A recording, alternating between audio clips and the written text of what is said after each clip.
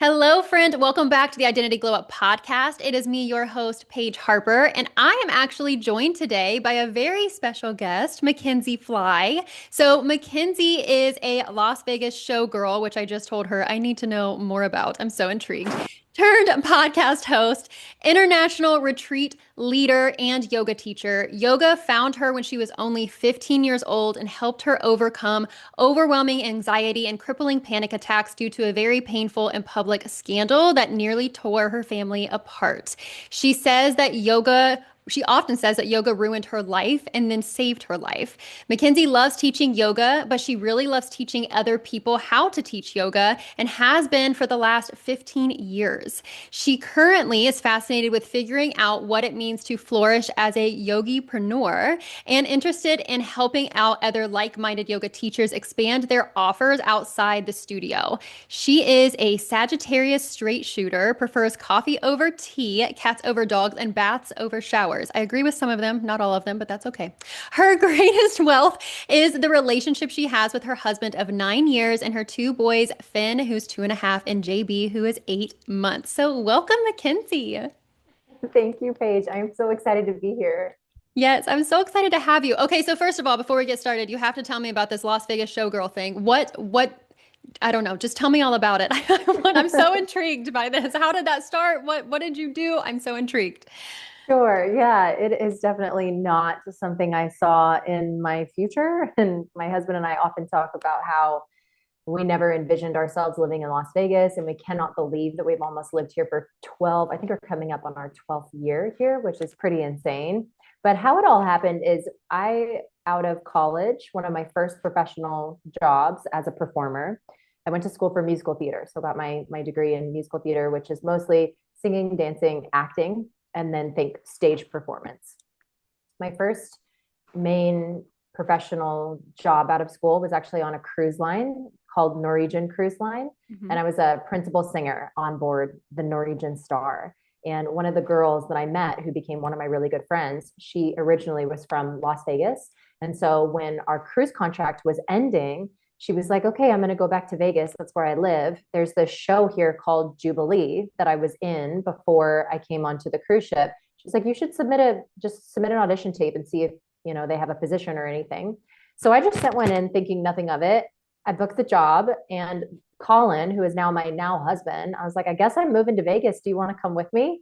And I fully anticipated us to just break up and never see one another again. And lo and behold, he followed me out here. And here we still are 12 years later. And we have been in many shows on the Las Vegas Strip now. My husband is still a performer at one of the shows in the Venetian, which is called Atomic Saloon. And I always describe it as Westworld, that TV show, Mhm. meets Cirque du Soleil. So just like sexy circus vibes is what he does. He is literally a singing cowboy in assless chaps. Oh my And if you do come and see it, you will see a lot of my husband, because of course, in the spirit of Las Vegas, it's very like skin to mint. intimate. So yeah, it's a fun place to live. And really, I mean, the strip is the strip. Like, of course, if you go on there, you can find the notorious and like the infamous stuff. But outside of the strip, it's a very normal place to live. It's just in the desert, so very hot. But it can get really, really cold. So yeah, I was a showgirl in the Jubilee show, which was one of the longest running iconic showgirl shows in Las Vegas, and I was actually in the closing cast. So I think it was 2016 when the final show ended, and I was in that cast, and it was so glamorous, Paige. We're talking the most gorgeous costumes, and it was a real fun time. I mean, I was like 20, I think I was 23. So young, living in Las Vegas, wearing beautiful clothes, lips and lashes and tan lines was basically the gig, and I loved it. I I did that love by, yeah, I did that by night and then was teaching yoga by day. Oh my gosh, you have lived a full, like, rounded life. Like, you have all of these different things that you've done. That is so cool. I feel like me saying I'm a pharmacist and I have, like, I like to be like, I'm a doctor. I've got my doctorate. And, like, you're out here, like, yeah, I've been a Las Vegas showgirl. I've been on cruises. I'm like, oh my gosh, like, how cool, how, like, fun of an experience that is. And the fact that your husband is still kind of doing something, well, not kind of, he is doing, he's not a showgirl, obviously, but he's doing things in like kind of the same area that you guys were originally doing things. And like now you have this whole business that you're obsessed with. And but you have this whole past that you get to tell these amazing stories about. Like I would have never known. I had no idea. That's so cool. Well, thanks for asking. I mean, Yeah. it is interesting, when you were the thing, you don't think twice about it, so it's just Mm. part of your story, part of your past. It doesn't seem that glamorous or that shocking even, so it's good to view it through your eyes. And thank you for being like excited and like, oh, cool about it. Because it reminds me that that's a very cool thing too. Yeah, it is for sure. And in your bio too, you said that yoga ruined your life and then saved your life. What do you mean exactly by that? What did you mean? Yeah, yeah. Um, I, I'm trying to figure out the best way to share it in a short way. Essentially, it was a very, like I said, very public and very painful situation that involved my father. And without getting too dark or too maybe real too soon for your audience, my cat is coming in for cuddles. Um, he basically just ended up making some very bad choices and was really suffering and hurting in his own way. But it ended up betraying my sense of trust and also really ruined our family's reputation. And my dad actually ended up spending almost 7 years in prison because of this choice that he made. Mhm. And is around um, it's around pornography and addiction. And obviously, I was a young girl. So when this all kind of happened, I was 12 going on 13. And my family, my mom and my dad needed to, well, my mom chose to stay with my dad during that time. And being a young teenager, I obviously was still living with my mother and just was having to navigate all of this really adult conversation that I don't think I had the aptitude or really the capacity to fully comprehend and understand. And it manifested as anxiety and panic attacks of like feeling really out of control. And it would just like hit me in really inopportune times and be really embarrassing displays of like panic. Mhm. And I think that that's a testament to how unprocessed and undigested emotions, like until you face them, that they keep, it'll be like a tea kettle. Like it's on, if you got a kettle on the stove where it's like it's boiling, it's boiling, it's boiling, and then all of a sudden the kettle is like singing, screaming. Your body is kind of that way too. It's like until you address it, it's going to keep coming up.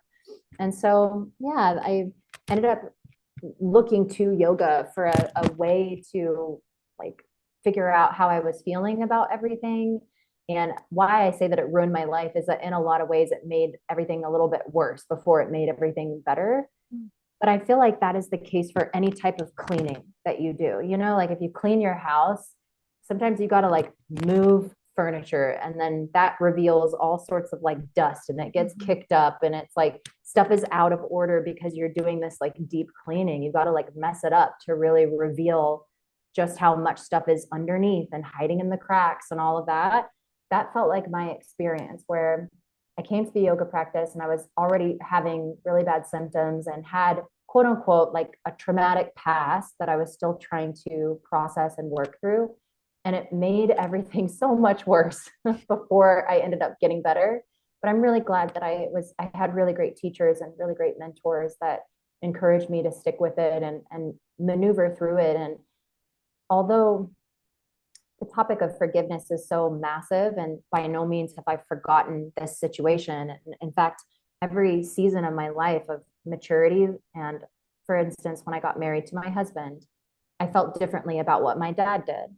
in a different way, you know, like Mhm. understanding what marriage meant. And then when I had my kids, it came up again of like, how could you do this to your own child? And, you know, so there's always different evolutions of it. And I'm constantly revisiting it and constantly healing it. But I will say that I'm proud to have to have made it through that relationship, you know, to still have somewhat of a relationship and to be the type of person who is trying to make meaning out of that mess. I think that yoga has given me that skill to sit with the discomfort of it and like try to figure it out, you know, and work through it and forgive the action, not necessarily forgive the action, but forgive the person, the human behind it that is dealing with their own, you know, stuff. So I know that was probably a little vague and ambiguous, but maybe you get the sentiment of it, of what that looked like. Yeah, 100%. And thank you so much for sharing all of that. I really appreciate you sharing that. And I think it's also like seeing how yoga, especially like I can understand how it means so much to you now. And I can see like where you get that passion for it now because it sounds like based off of what you're saying, it was the thing that like almost forced you to uncover all of this other stuff, all of this other mess that you didn't necessarily want to like think about and like have to do anything with, right? And it helped you uncover that, which is a good thing, but in the moment it sucks. Like it's not what Yeah. you want to do. So it did help you do that, but it also, like you said, saved your life because you got to work through that. And now you're able to view it in not just because of yoga, but also just growing as a human. You're able to view it in different ways, knowing still it was wrong all the way through, obviously, but also being able to view it in like I see it in these kind of perspectives now and working through it even in different ways now. Like I could see almost how yoga and the relationship you have with that and this new identity that you've built has helped you kind of work through the new things that pop up too, because I'm sure other things pop up, like you said, like along the way and over the years and everything like that. So thank you for sharing that. Yeah, you're welcome. And it's very, you know, it's weird how to be asked about it and to recall it and to speak on it because I think none of us ever, especially really high achieving people, and I'm sure that the people that are attracted to you, Paige, and the work that you do are high achieving and always, you know, have big aspirations. And those types of people, or at least this is my experience, I never feel like I'm done. And I have to actively work to like recognize that I've arrived and that I have healed because I feel like I get caught up in being obsessed and addicted to the healing too Mhm. sometimes. So yeah, I appreciate the question, and I hope that it helps somebody out there too. And I like to share that story because I want everybody to feel like no matter how broken you feel or how messed up of where you came from is, that there's that on the yoga mat or in a yogic experience or in, you know, if you come to me to do yoga, that you're welcome. Like all of you is welcome. You're never too far gone. You're never too ugly. You're never too broken, I guess. And that feels like the point of me sharing that. So I don't need necessarily like sympathy, but I'm using it as a way to create empathy in the sense that I know everybody has a story walking around. They're walking around with a story. Everybody's got skeletons in their closet. And although we might not have the exact same story, I know that you know what it feels like to have been heartbroken and to be really hurting. And yeah, I use yoga to help me manage that a little bit, to medicate it and work through. Yeah, I love that. And I think like looking at the version of you who was struggling with the panic attacks, the anxiety attacks and all of that, what do you think that yoga gave you that like nothing else could? What do you think, why do you think it was that was the thing that changed everything or like changed things for you? Yeah. Hmm. I think it gave me many, like innumerable benefits. And that's why I'm still infinitely and affectionately passionate about it and still do it now 20 years later. Initially, I think the thing that hooked me in was how challenging it is to do three things all at the same time. because, and you, if, especially for people who maybe don't know a lot about yoga, who are listening or never taken a yoga class, the science of it and the technique of it, essentially, if I were to put it in really simple, like layman's terms, if you're doing an asana practice, a physical practice, is to try to take conscious breaths. So breathe consciously with awareness, not just like on autopilot, and to sync or link your breathing to that moving, which takes a level of concentration.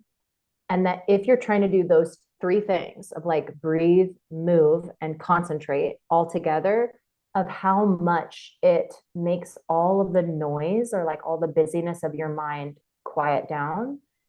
And I just, even very young, I mean, my first class, I was 15 years old. I remember thinking, like, wow, I'm really in this room. It's taking all of my faculties of concentration and like nothing else is on my mind. And it feels really nice. It's a reprieve from, your to-dos or life and just the constant chatter and noise that can go on in the mind. So I really, really appreciated that. But also just anatomically speaking, the benefit of taking slower, deeper breaths, how that I'm sure your users or your listeners know that when you do that, it turns on your parasympathetic nervous system and it helps just regulate your nervous system and calm emotions. And that when you're in that place, it's much, much easier to access things like creative thinking, problem solving, those parts of your brain. Because when the emotions are high, I actually just made a post about this the other day too. When emotions are high, intelligence is low. Like it's hard to be smart when you're a little bit reactive. So I feel like I noticed that as well. And then two, most people, especially in the West, when they think of yoga, they'll either think yoga is really gentle and like not that hard, or they'll be thinking of some of the ones that they see on Instagram that's like crazy acrobatic, because it really can be that too. So I think I was really drawn to the physical practice just because it is so challenging. Like it's deceptively hard, especially styles like Ashtanga, which is a certain type of practice that can get pretty Cirque du Soleil. Like it can get pretty crazy and very athletic and very challenging. So I'd say all of those things really drew me to the practice. Yeah, I love that. And I will say I saw a reel of yours recently. I think you were collaborating with somebody else and you guys were doing some Cirque du Soleil movements and I was like I mean I was a cheerleader in high school. I went to an adult gymnastics class last summer, I think, and I actually did get my back handspring back with a spot. Not I was like I'm too old for this. I can't just like pop it back up like 20 years later. But it was so much fun to like do that. So like maybe once upon a time I could have done that, but seeing you do that like mom of two, like this boss bitch woman just being like, yep, let me just like flip, like hang myself up in the air and flip over. Like it's incredible. And a lot more like I'm not gonna lie, when I used to think of yoga, I used to think of just like, and I'm sure a lot of people that are listening feel the same if they don't know much about it, as just like almost like stretching on a mat. And even talking to you because we did a podcast interview yesterday, which will be for her podcast, which will be coming out very soon. So keep your ears and eyes, I guess, open for that. But how would you, and maybe you kind of already answered this, but how would you define yoga as like a mindset and a lifestyle? Yeah, yeah. Thank you so much for this question. I'm so happy to share as best as I can. I like to describe it as, do you know the feeling love? Mhm. How you say like, oh, I'm in love. I'm in love. That's actually more like what yoga is and what it's meant to be, is that yoga is not something that you do on the mat. Yoga is not an action. Yoga is a feeling, it's an experience, and it's actually a state of being, much like being in love. And there's, of course, things that you can do if you're in a relationship that can show your love. There's actions you can take to demonstrate your love, but that's not love itself because love like lives in your heart. So I think yoga is like that, where it is a feeling of connectedness with all things.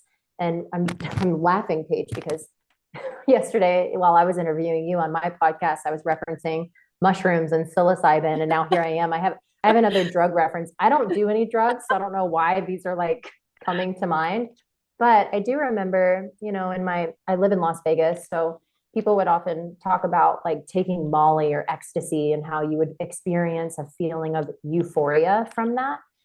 I think yoga, like the experience of yoga, feels like euphoria and incredible love for all things. And that's what I imagine. Like when they say that, I'm like, okay, well, just do yoga, like because I feel that from doing my practice is like just this interconnectedness of all beings, and it helps dissolve your like guardrails up that you always have around your heart, and it makes you a lot more receptive and sensitive and compassionate, willing to like hear somebody out and look for the similarities rather than the differences.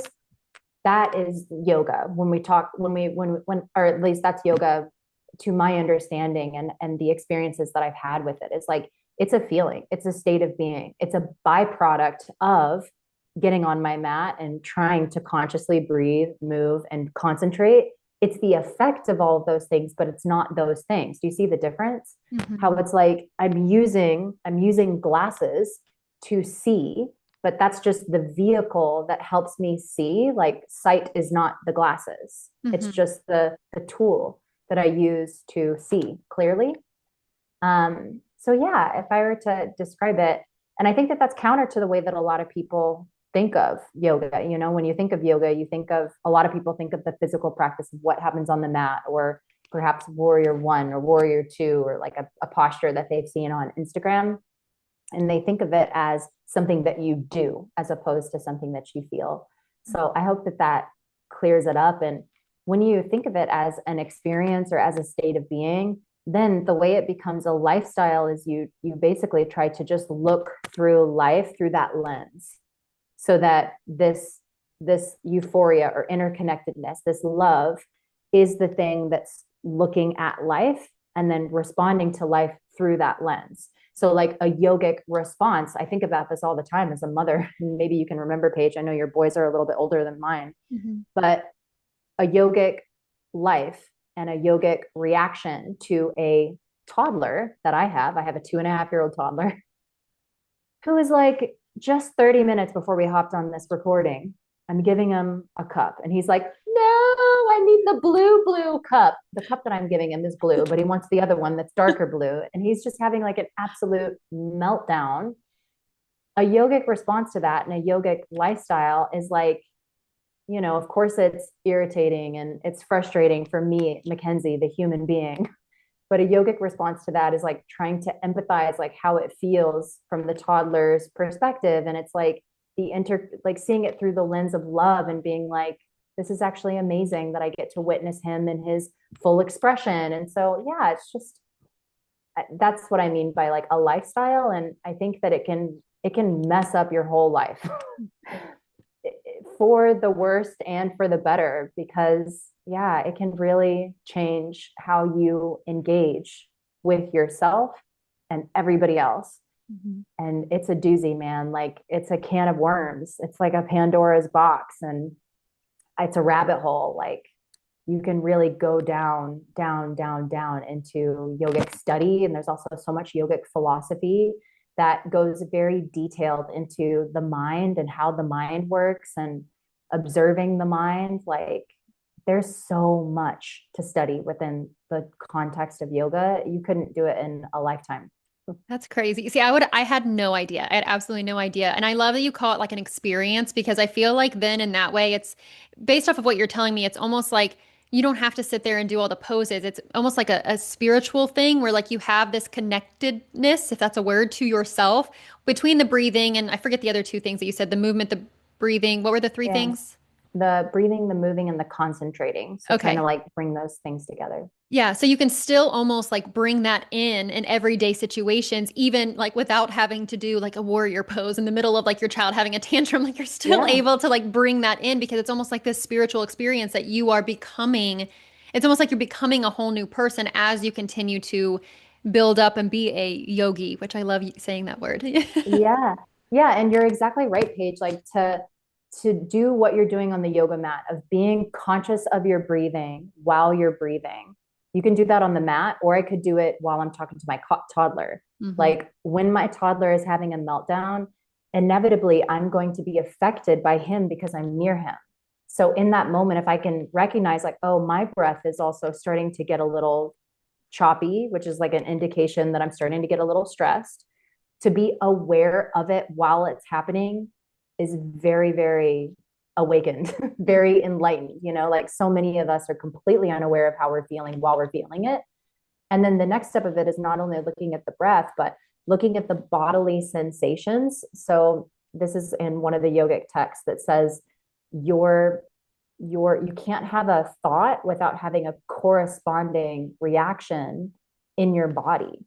So you can't have the feeling of like anger or frustration without it appearing somewhere in the body some way. And usually that's like tight hands or like clenched jaw or like the muscles contract in some way.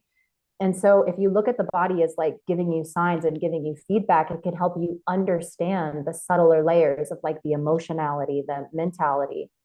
And it works both ways. Like look at the body to discover the mind, or look at the mind to understand the body. It goes both ways. Mm-hmm. And so, yeah, like if you are trying to do a yogic lifestyle, that's also what you're doing in real time, is like, can I be conscious of my breath and my body and use it as a way to understand how I'm feeling? Yeah, that's how you practice the yoga off the mat in the life. I love that. Thank you for sharing that. I'm going to think of that next time because like I mean, my kids are 6 and 7, but they still have tantrums. I guess aren't the correct word, but in my mind, tantrums. So I don't know much about yoga, but I'm going to maybe find some certain breathing techniques. Maybe I'll hit you up after this and be like, help me with breathing techniques for this. Um, so and maybe identity is a little bit in this too. Obviously, this is the Identity Glow Up podcast. I do talk about identity a lot because I feel like it's something that if you like, a lot of people stay stuck in the same identity. And we talk about this on your podcast, but a lot of people stay stuck in the same identity and it's so hard for them to change. It's so hard for them to up level. And you were able to find this yoga as like, this next level identity. You were able to shift your identity and become this like yogi, and it's so amazing. So if someone's identity feels completely out of alignment with the life that they want, is there like a yogic philosophy? Because I feel like there's a lot of philosophy around things like this. And I know on your podcast, you were bringing out all of the things. Like it was so amazing. It was so cool to listen to all the philosophy. But if someone feels super out of alignment with the life that they want, where would like the yogic philosophy tell them to start? Yeah, yeah. Oof. Okay. Are you ready? Yes. Okay, go. I'm like, okay. I'm going to try to make it simple because it can get very detailed, which in some ways can be a little complex. But there is a book in yoga that's called the Yoga Sutras. And it's basically 196 verses, simple sentences that outline how to achieve yoga, this experience of like complete union, interconnectedness, bliss. And one of the verses in the very beginning, it defines what yoga is. It says yoga chitta vritti nirodha. That basically means yoga is the cessation, the stopping of the fluctuations of the mind, of the whirlpool of the mind, this like looping. And that this is that fluctuation, that looping is the default of the mind, unless you train yourself to not do that. And so when we're talking about like identity, our default setting or our like screensaver, our desktop of most people that are, let's say, not in a judgy way, but like sleepwalking through life on autopilot or just have so many responsibilities, there's very little time to choose something else. That people's default is this looping, this whirlpool. And I mean, Paige, like me, do you notice yourself doing that sometimes? Because 100%, like that's me. Yeah. Like I will think myself in circles and be like, wait a minute, I've already solved this. Like, why am I thinking about this again? So anyway, that's the statement of like what yoga is and what it's helping us come out of. But then in the next verses, they'll talk about how, or the author talks about how when we do calm these fluctuations, that the true nature emerges, which the true nature is just calm and love and pure awareness. But something that covers up this pure awareness, which is a thing that I think all of us want. We're like, oh yeah, that sounds good. I'd love to just be pure awareness, non-judgmental, But the thing that covers up that is something known as the kleshas, which the kleshas are these mental afflictions, like these things that keep us from feeling happy and satisfied and fulfilled in life. And a big one, I'll just say the five, but then zoom in on one so that I answer more of your question. But the five kleshas are avidya, which means ignorance, asmita, which means egoism, raga, which means craving or desire, like constantly chasing pleasure. And then the next is devesha, which is the opposite of raga, which means detachment or like resistant, not detachment, craving and aversion. So like aversion from that thing that brings you pleasure. You want to run away from the things that bring you pain. And then abhinavesha is the last one, the last klesha, which this is fear of death or even fear of change. So these are the five afflictions of the mind. And you can rest assured that anytime you're feeling any sort of low vibe feeling, that you can trace it back to one of these five. Anytime you're feeling like, something's up with me, something's wrong with me, like, it's probably you're either ignorant, like you have a misperception of the moment, you're caught up in ego of like misidentification, you're craving for something, you have an aversion for something, or you're resisting change. Do you see how like at large they think a lot of your problems could be traced back to these things? Yeah. Now the one that you're asking about is like the sense identity and sense of self. This is a huge conversation in yoga, and they would actually call it this klesha, this asmita, because a lot of us are misidentifying, meaning like we confuse who we truly are with our thoughts, with our roles, like our titles as like, I am a mother, with our personalities, even with our social identities. Like we confuse ourselves with those things. We think that we are those things. So that glasses example that I gave is like a classic example of misidentification. It's using glasses to see, but then thinking that we are the glasses. Or using like saying we have fingernails, but we just have fingernails. We are not fingernails. So that's kind of a weird example, but it just came to mind. That's really what we're trying to untangle in the yoga practice, is remembering that we use all of these things to be productive human beings. They're not bad. It's not bad to have thoughts. It's not bad to identify as a mother, a wife, blah, blah, blah. But at the end of the day, that's not who we really are. It's peeling back like all these layers and identifying, instead of with those thoughts or those beliefs, re-identifying with pure consciousness or pure awareness, like remembering that we are the one looking through and seeing it. And in the Yoga Sutras, they use a lot of like the seer versus the seen. That's the language, which is not, common speak. No one walks around being like, I am the seer or this is the seen. But in a classic sense, like becoming the seer again, the one that's looking, the awareness itself, and returning back to that as much as we can.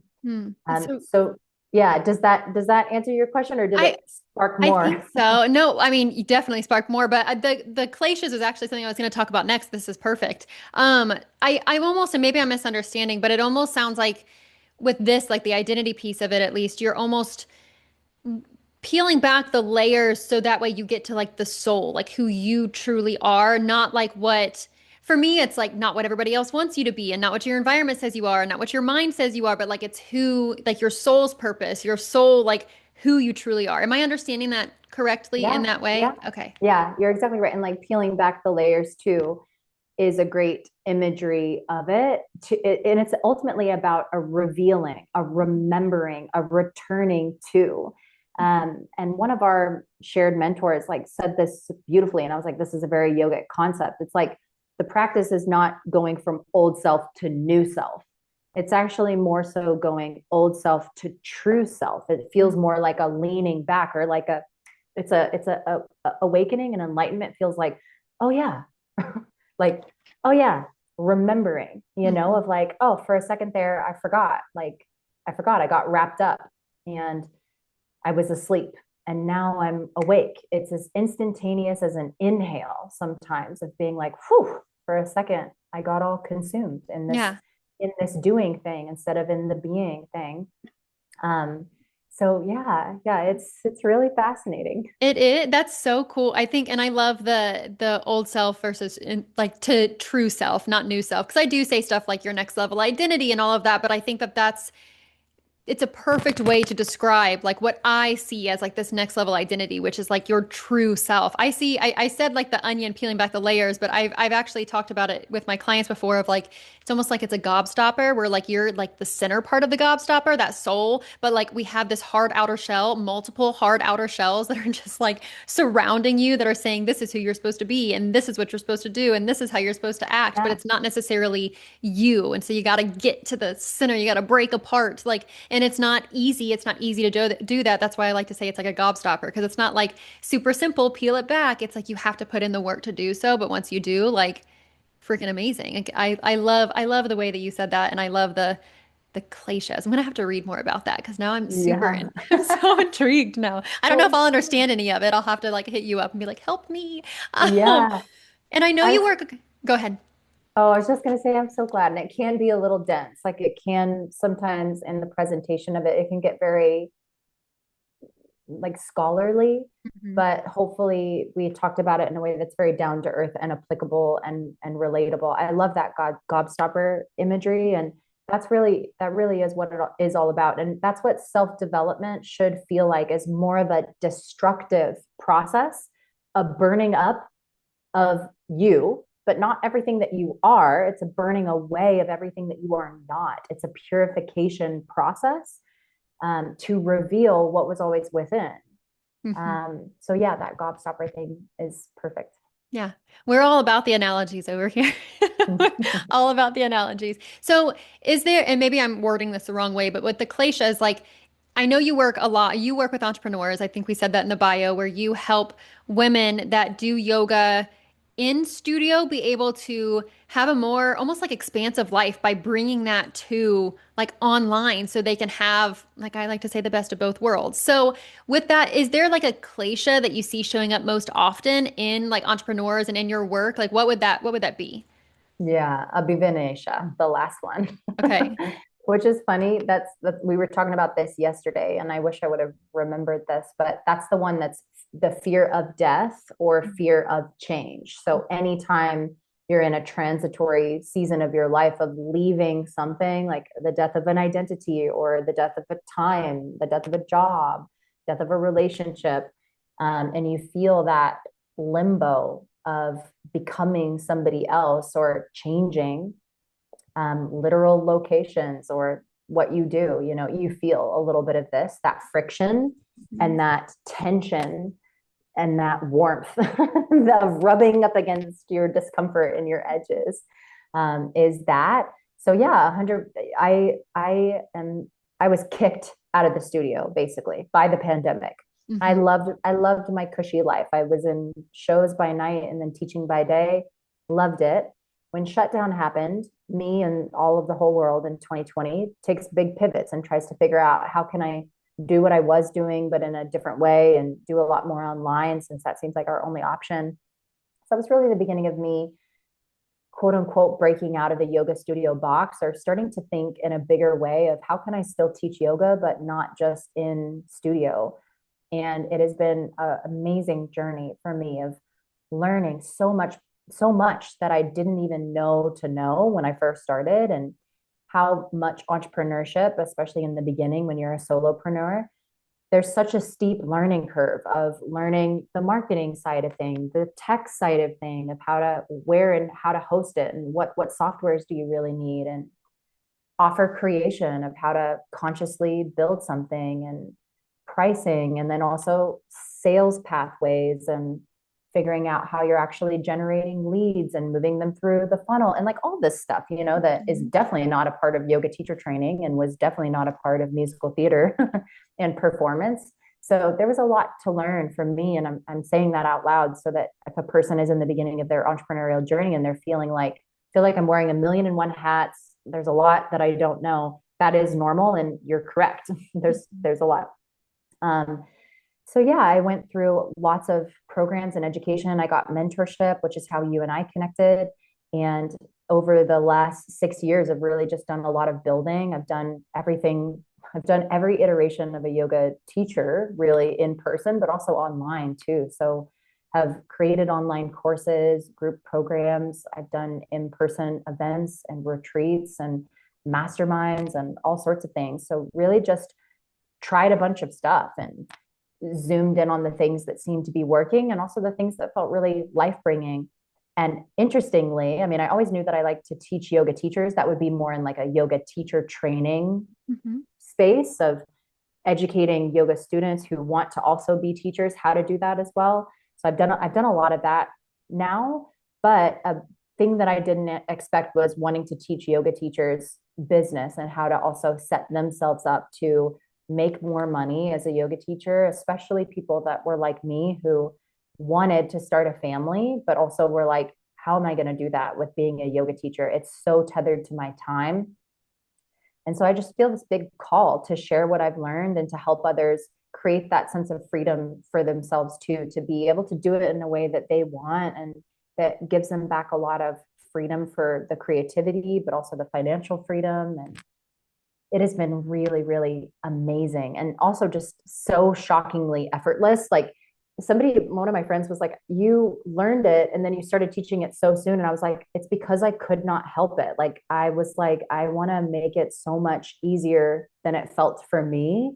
And I'm just loud about it. Like, did you know that if you did this, because I did not know that. And I want to save you from the stress and the struggle. So it's been really fun to share and to expand, you know, even myself and what I would say is my quote unquote zones of genius to include that, because there's always somebody who knows less than you. And I'm not saying that in an egotistical way, but there's always someone that you can serve and you've got to start somewhere, you know? And so maybe that can give you a little confidence, which I know is a big pillar of the work that you do here, is to remember that you've always got a key, you've always got a code that somebody else doesn't have. And start with that, share that, and just keep building them.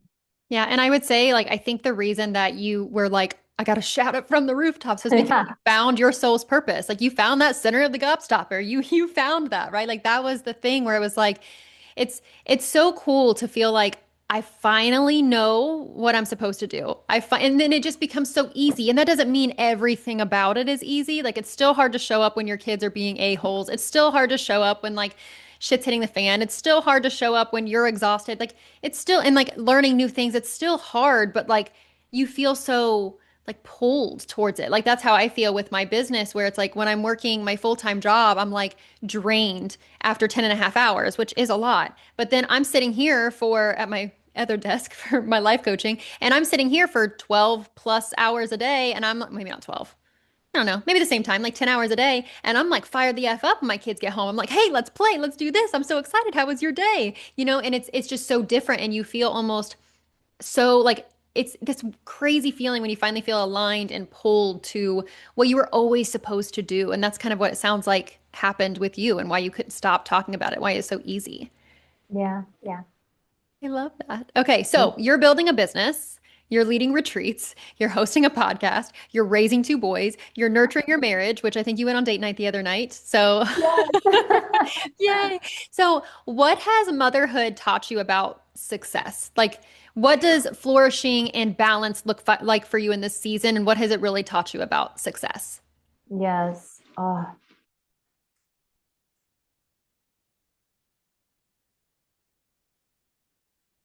the phrase that immediately comes to mind is everything counts. Mm. Just everything counts, and letting whatever happens in the moment, if I allow it to count, you know, instead of discrediting it or talking about all the reasons why it wasn't enough, that leaves me hating the experience every time if I do that. But if I lean into and maybe even use it as like a mini mantra, to be honest, just this like statement that I can come back to and recite to myself of everything counts, that makes me feel like I'm consistently on the way and using micro moments to compound and move me towards momentum instead of these big grandiose actions Mhm. is what I've learned is really the key to enjoyment, like having a good time along the way. And also to obviously then see the results, the actual manifestations of those things is the first thing that I've learned is like I have to just live by the code of everything counts and remember that a lot. Mhm. And then I guess the second thing is to try as best as I can to include my children along the way and like not really see them as these separate things, Mhm. but to try to integrate them into the process or include them into the process, like to make it really human.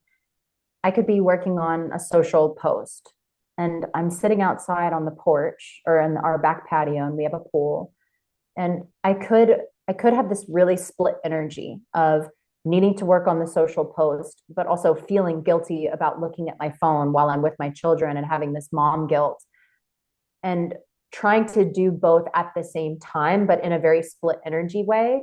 Or I could just be like really clear and tell even my toddler who's 2.5, maybe he doesn't actually understand everything that I'm saying, but I'm telling him like, hey, I'm trying to tell my community about this thing that I found is really cool. Like, do you like this video? Or can I read this caption to you? I'm going to post this thing because I get to do it. It's part of my work. I get to serve the people that I want to help and try to like invite him in and show him in real time what it looks like to just try to enjoy your work and not recreate what we all left, of Mhm. hating it or being like, oh, I have to do this. And so that is another thing that I've learned about what success feels like to me is that version of including him and not thinking of these two things as two independent things, but trying to integrate them instead of isolate them feels really successful for me. And then I guess to say maybe one more thing, especially for like high achieving people,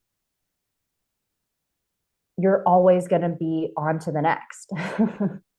And if you're a goal setter and a go getter, you have to start practicing immediately, recognizing how you are, in fact, achieving those things and taking time to celebrate them and track the evidence.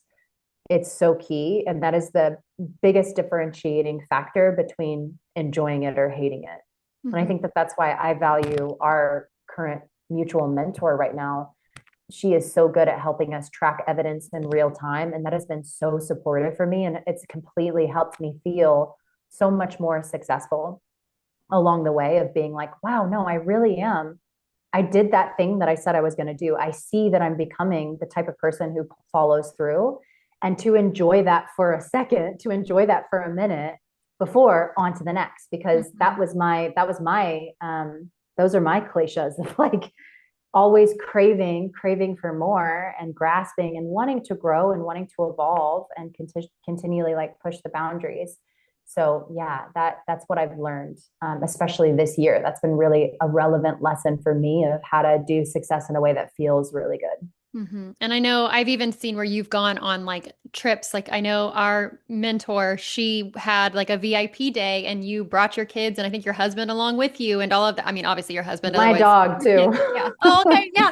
So you just made like a whole trip out of it. So I think that's so cool. And that's definitely something that I need to learn more on how to be better about. I find that I'm really like I'm good at separating the two, where I'm like this relentless boss bitch in my business, and then I'm good at like stopping it. And I'm still relentless in my life, don't get me wrong, but like I'm more of like this rooted, soft life kind of girl in like my family. And I'm good at kind of like learning how to flip the switch. But I think that's a Mm. really cool way of seeing where it's like it's always on to the next. And I feel that in my life too. So, how can you start incorporating them more, especially mine being like 6 and 7? Like they're, you know, being able to incorporate them more and help them understand. And I've been trying to do that, like attempting to get them to understand why I'm working. Like I work a couple hours on a Saturday, a couple hours on a Sunday, especially right now that I have a full-time job and trying to get all of the things done within a matter of a couple of hours on Monday is not I'm not able to do everything I need to do, right? So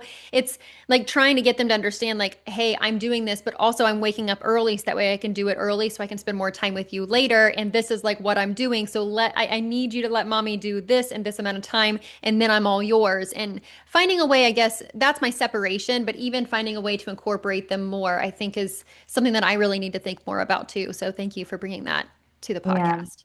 Yeah, you're welcome. Thank you so much for all of your thoughtful questions and just Yeah. the spaciousness for my responses. I hope that it helps somebody Yeah. out there listening. Yeah, for sure. And last question, if you could sit every woman listening down for like 5 minutes and teach her one yogic principle that would change her life, what would it be? Mm. No pressure.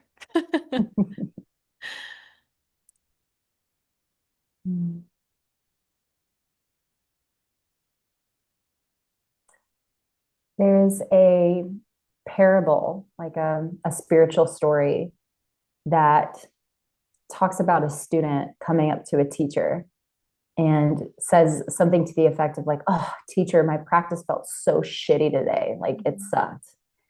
Everything hurt. I was flopping around," and just went on and on about how bad this practice was. And the teacher's just smiling, listening, and says, "It's good. It's good. Come back tomorrow. Let's do your practice tomorrow." And so the student is like, okay, and goes home and then comes back the next day. And then the next day, the student comes up just like totally joyful. It's like, teacher, you were right. I came back today and everything was so much better. I felt really good. I was like nailing my transition, goes on and on about how good the practice was. And the teacher's like, good, good. Come back tomorrow. Like, let's see what's tomorrow.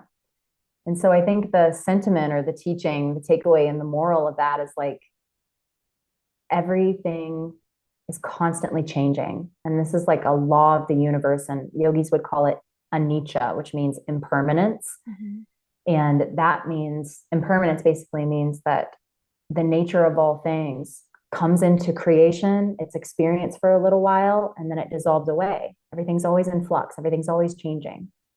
And so this lesson is so important for whenever things are really good. It helps you want to soak up the good things and not take a moment for granted. But it also gives a lot of hope and comfort for when things are bad, that it can't, it's impossible for it to last forever, and that it will soon change. And I just find that that teaching it comforts me a lot, that this too shall pass, anisha, impermanence, and take advantage of this moment, or hang in there because it's about to change. It helps on both sides, which I feel like Mhm. is not often found in teachings, that it can be that applicable and that universal and that relevant all the time. So I love that one. Yeah, perfect. Thank you. Is there anything else you'd like to share with the audience? Like anything that is coming up for you that you'd like to tell them about? Share your handle. I'll put your handle and everything in the show notes. But is there anything else that you would like to share with the audience? Yeah, I guess for your people, if you are a yoga teacher, I have so many ways that I could help and support you, but I expect most of your listeners are maybe interested in beginning a yoga practice. So maybe you're looking for more of yogic practices. So I actually have a virtual yoga studio that has pre-recorded classes that you can get in and start to move your body and start to understand maybe some of the postures and the technique, and just experience it as a student and as a practice.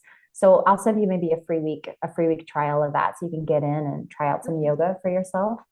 And then if you do happen to jump in there and you want to know more about, if you are a yoga teacher, want to know more through there, you'll be able to contact me within the studio. But I think that that'd be a great place to connect, is within that virtual yoga studio. And then I'm also on Instagram, the same name as my podcast. So my podcast is Master Your Yoga Teaching. And Paige's episode is coming out soon. If you want to hop on there and hear your amazing host that you have over here on my show, and you can reach out to me on Instagram. It's the same name as my podcast. So my handle is at Master Your Yoga Teaching, no spaces. And that's where you can find me. We can start a conversation and maybe I can support you along the yoga path. Yes, thank you. That's amazing. I love that. I'll get all the link. I'll get that link from you and put everything else in the show notes. So that is incredible. So make sure you go. I mean, I think you said what, a free one free week of Yeah. doing that, the yoga practices and everything. I think that's absolutely incredible. So thank you so much for that. Okay. Well, thank you, MaKenzie, for joining me today. This was so amazing and absolutely incredible. If you loved this episode, please make sure you share it to your stories with your takeaways, your favorite part. Tag me and MaKenzie so we can see who's listening and share it to our stories too. And as always, if you're not subscribed, make sure you're subscribed, 5-star rate and review. Make it a nice one, please. And yeah, thank you so much for listening. I will talk to you guys next week. Love you. Bye.